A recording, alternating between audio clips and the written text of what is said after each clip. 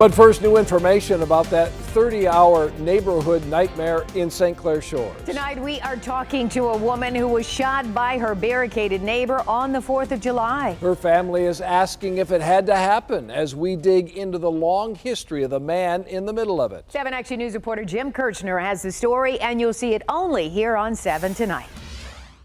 These are all the police incident reports we obtained here in St. Clair Shores going back to 2006 and a rape case involving a young girl.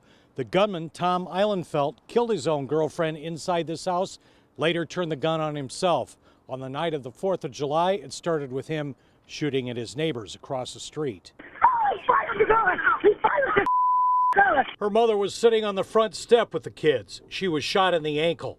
Bullet fragments remain in her leg. I just thank God we wasn't dead. In 2006, Eilenfeld was charged with criminal sexual conduct, first degree, with a 7-year-old girl. His trial ended in a deadlocked jury. The girl's parents agreed to a plea deal to lesser charges, but that included aggravated indecent exposure, a felony. Take a look. Here's the court document where it's written as count number 3.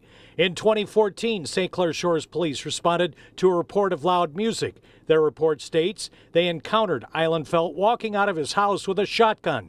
One officer immediately drew his pistol and demanded, "Drop the shotgun." Eilenfeld did not point it at 2 officers. He went back into the house.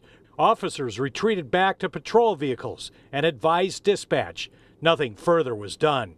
In 2017, there was direct contact with Eilenfeld and the Jacksons. Shanita was having a party in her backyard. Eilenfeld entered their house without permission. He said her family needed to contain themselves. He returned to his residence. 2 officers knocked on his door for 10 minutes. No one answered, unable to make contact with Tom.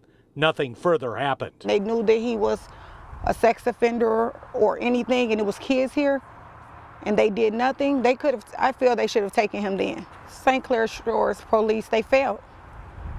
I feel all of this could have been prevented.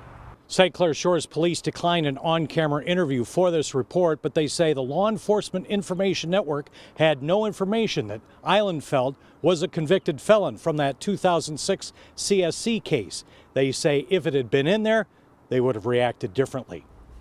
In St. Clair Shores, Jim Kirchner, 7 Action News. Jim, thank you. Tonight.